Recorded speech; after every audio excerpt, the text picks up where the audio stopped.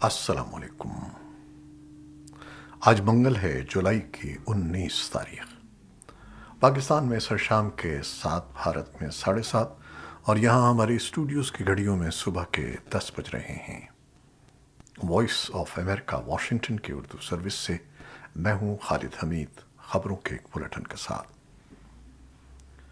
روس کے صدر ولادیمیر پوٹن منگل کو ایران کے دارالحکومت تہران پہنچے، جہاں انہوں نے یوکرین کی بحیرہ اسود کی بندرگاہوں سے اناج کی برآمدات دوبارہ شروع کرنے کے معاہدے کی کوشش میں ترک صدر رجب طیب ایردوان سے ملاقات کی۔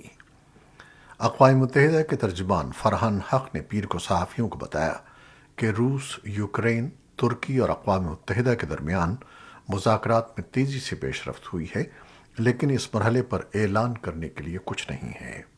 انہوں نے کہا کہ سیکرٹری جنرل اینٹونیو گوتریس ضرورت پڑنے پر استنبول جانے کے لیے تیار ہیں۔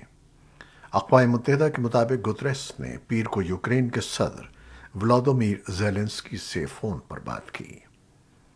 امریکی وزیر خزانہ جینٹ ییلن نے منگل کو روسی تیل کے برآمدات پر قیمتوں کی حد مقرر کرنے کا مطالبہ کیا اور ممالک پر زور دیا کہ وہ یوکرین میں روس کی جنگ کے خلاف متحد ہو جائیں۔ انہوں نے مزید کہا کہ ماسکو یوکرین کی بندرگاہوں کو مسدود کر کے عالمی خوراک کے بحران کو جنم دینے کی دھمکی دے رہا ہے۔ ییلن نے کہا کہ تمام ذمہ دار ممالک کو اس جنگ کی مخالفت میں متحد ہونا چاہیے اور اسے تیزی سے ختم کرنے کے لیے مل کر کام کرنا چاہیے۔ انہوں نے کہا کہ یہی وجہ ہے کہ امریکہ اور دیگر ذمہ دار اتحادی اور شراکت دار اپنی جنگ چھیڑنے کے لیے توانائی کی عالمی منڈیوں پر اثرات کو کم کرتے ہوئے روس کی آمدنی کو کم کرنے کی کوشش کر رہے ہیں۔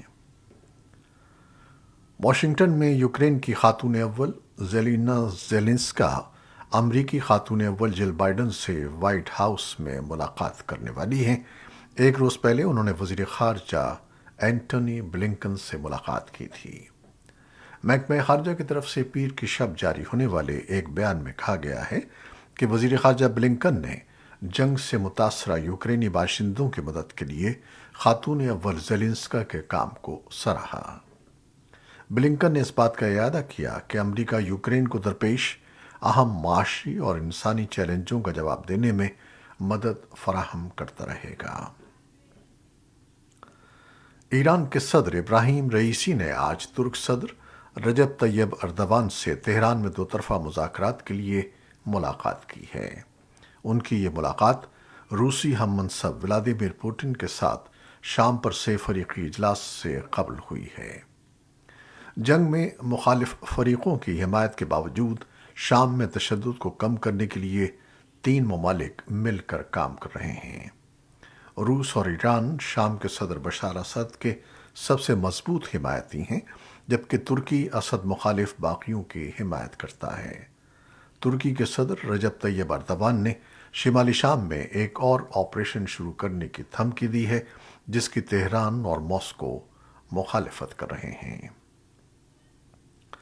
یوکرین کے صدر ولادیمیر زیلنسکی نے پیر کو اپنی سیکیورٹی سروسز میں تحقیقات کا دائرہ وسیع کرتے ہوئے کہا کہ 28 مزید اہلکاروں کو معطل کیا جا سکتا ہے۔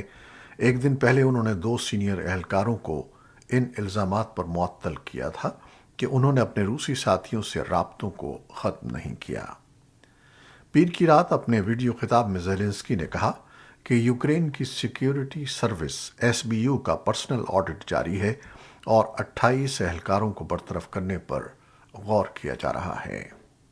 زیلنسکی نے کہا کہ مختلف سطحوں پر مختلف شعبے توجہ طلب ہیں، لیکن وجوہات ایک جیسی ہیں: کام کے غیر اطمینان بخش نتائج۔ یہ اقدام زیلنسکی کی جانب سے ملک کے اعلیٰ سیکیورٹی چیف ایوان باکانوف اور پراسیکیوٹر جنرل ارینا وینڈیکتووا کو معطل کرنے کے اعلان کے ایک دن بعد سامنے آیا ہے، جس پر مزید غور کیا جا رہا ہے کہ انہیں برطرف کیا جائے یا نہیں۔ زیلنسکی کا اس حوالے سے کہنا تھا کہ مبینہ طور پر غداری اور روس کے ساتھ تعاون کے سینکڑوں ایسے مقدمات تھے جن میں سیکیورٹی سروس اور پراسیکیوٹر جنرل کے دفتر کے کارکنان ملوث تھے۔ ادھر جنگ کے محاذ پر روس نے پیر کو یوکرین میں اپنی گولہ باری کی مہم جاری رکھی۔ यूक्रेन के रियासती हुक्काम के मुताबिक मशरक़ी कस्बे तोरेत्स्क में 6 शहरी मारे गए। स्टेट इमरजेंसी सर्विस ने फेसबुक पर कहा कि तोरेत्स्क का कस्बा आज सुबह सवेरे से ही फायरिंग की जद में था, जहां एक 2 मंजिला पनाहगाह गोलाबारी से तबाह हो गई। इमदादी कारकुनों को मलबे में से 5 लाशें मिली हैं।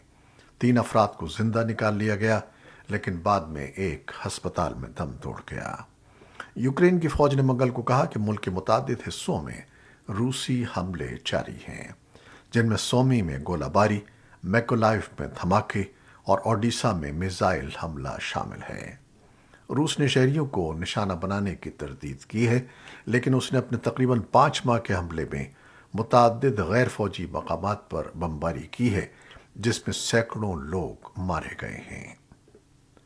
यूक्रेन के बड़े बंदरगाही शहर ओडिशा पर आज रूसी मिसाइल हमले के बाद फायर फाइटर्स आग पर काबू पाने के लिए जिद्दोजहद कर रहे हैं। इस हमले में कम से कम 4 अफराद जख्मी हुए। यूक्रेन का कहना है कि रूसी अफवाज ने दूर अहदाफ पर तवील फासले वाले हमले तेज कर दिए हैं, जिसमें बड़ी तादाद में आम शहरी मारे जा रहे हैं। मॉस्को का कहना है कि वो सिर्फ फौजी अहदाफ को निशाना बना रहा है। यूक्रेन के सदर व्लादिमीर ज़ेलेंस्की का कहना है कि रूस ने 5 माह की लड़ाई के दौरान 3000 से ज़्यादा क्रूज मिसाइल और तोपखाने के बेशुमार गोले फायर किए हैं। रूसी वज़ीर दिफा सरगेई शोइगु ने जनरलों को हुक्म दिया है कि वो रूसी सप्लाई लाइंस पर हमलों के बाद यूक्रेन के तवील फासले तक मार करने वाले मिसाइल और तोपखाने के हथियारों को तबाह करने को तरजीह दें।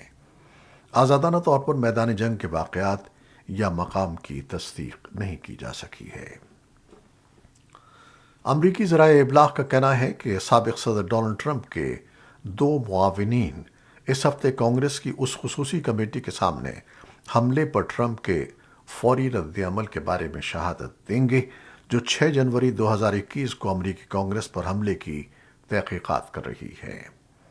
साबिक़ सदर के deputy national security adviser Matthew Pottinger और उस वक्त की deputy press secretary Sarah Matthews ऐवान नुमाइंदगान की कमेटी के सामने जुमेरात के इजलास में पेश होंगे, जिसमें उस वक्त के व्हाइट हाउस के मनाजिर पर तवज्जो मरकूज की जाएगी, जब ट्रंप के हामियों ने नवंबर 2020 के सदारती इंतखाबात में जो बाइडेन की कामयाबी की तस्दीक के अमल को रोकने के लिए अमरीकी कांग्रेस पर हमला किया था।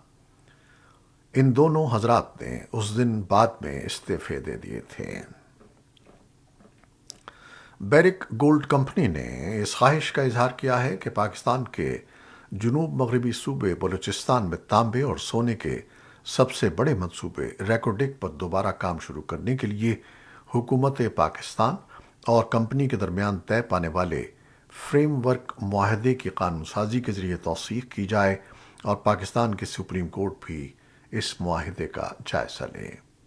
इस ख्वाहिश का इजहार कनाडा की कान कने की कंपनी बैरिक गोल्ड के चीफ एग्जीक्यूटिव मार्क ब्रिस्टो ने पाकिस्तान के वजीर ख़जाना मिफ्ता इस्माइल से मुलाकात के बाद पीर को इस्लामाबाद में एक न्यूज़ कॉन्फ्रेंस के दौरान किया है।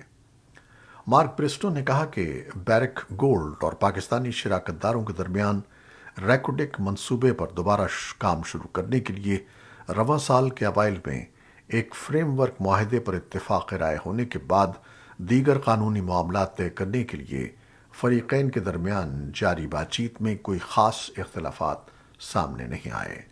लेकिन मार्क ब्रिस्टो ने कहा कि बैरिक गोल्ड और हुकूमत पाकिस्तान और दीगर पाकिस्तानी शराकतदारों के दरमियान तय पाने वाले इस मुआहदे की पायदारी के लिए ज़रूरी है कि इसको कानूनी तहफ़्फ़ुज़ हासिल हो और पाकिस्तान की सुप्रीम कोर्ट भी इसका जायज़ा ले। अमरीकी डॉलर के मुकाबले में भारतीय रुपए की कदर मुसलसल गिरावट का शिकार है। ये गिरावट 8 रोज से जारी है। 19 जुलाई बरोज़ मंगल रुपया अब तक की सबसे निचली सतह पर पहुंच गया है। इस वक्त एक अमरीकी डॉलर की कीमत 80 रुपये 5 पैसे है। एक रोज़ कबल यह कीमत 79 रुपये 97 पैसे थी। हुकूमत ने पीर के रोज़ पार्लियामेंट में इतराफ़ किया कि 31 दिसंबर 2014 के बाद से भारतीय रुपए की कदर में 25% की गिरावट आई है। वज़ीर मालियात निर्मला सीतारमन ने लोकसभा में एक बयान देते हुए कहा कि रूस यूक्रेन जंग, खाम तेल की कीमतों में इजाफा और सख्त आलमी मालियाती सूरत हाल जैसे बैन अल-अक़वामी असबाब की वजह से अमरीकी डॉलर के मुकाबले में भारतीय रुपया मुसलसल कमज़ोर हो रहा है। तालिबान के सूबाई हुक्काम का कहना है कि सूबे पख्तीगा के बरमल, ज्ञान और ज़िराक ज़िले में एक बार फिर जलजला आया है और 31 अफराद जख्मी और दर्जनों घरों को नुकसान पहुंचा है। सूबे के information and culture director Mohammad Amin Hajiwa का कहना है कि ज्ञान में बच्चों और ख़वातीन समेत 13 और ज़िला ज़िराक में 18 अफराद जख्मी हुए हैं। उन्होंने वॉइस ऑफ अमेरिका को बताया कि जख्मियों को निकाल लिया गया है। पीर की शाम तकरीबन 4:55 पर सूबे पख्तीगा के मुख्तलिफ इलाकों में जलजले के शदीद झटके महसूस किए गए हैं। पख्तीगा के सूबाई डायरेक्टर इत्तलात और सकाफत के मुताबिक 22 जून के पहले जलजले के बाद से सूबे पख्तीगा में 30 मरतबा जलजले के झटके महसूस किए गए। ये थी वो खबरें जो फेसबुक लाइव पर हमने आपके लिए पेश की। हमारी वेबसाइट, यूट्यूब और पॉडकास्ट पर यह बुलेटिन आपके लिए पोस्ट कर दिया जाता है। आप हमारे बुलेटिन को शेयर करते हैं और अपने कमेंट्स में अपनी मोहब्बतों का इजहार करते हैं, जिसके लिए हम आपके बेहद मशकूर हैं। हमारे आज के न्यूज़ एडिटर कमर अब्बास जाफरी के साथ खालिद हमीद को इजाज़त दीजिएगा। अल्लाह हाफ़िज़।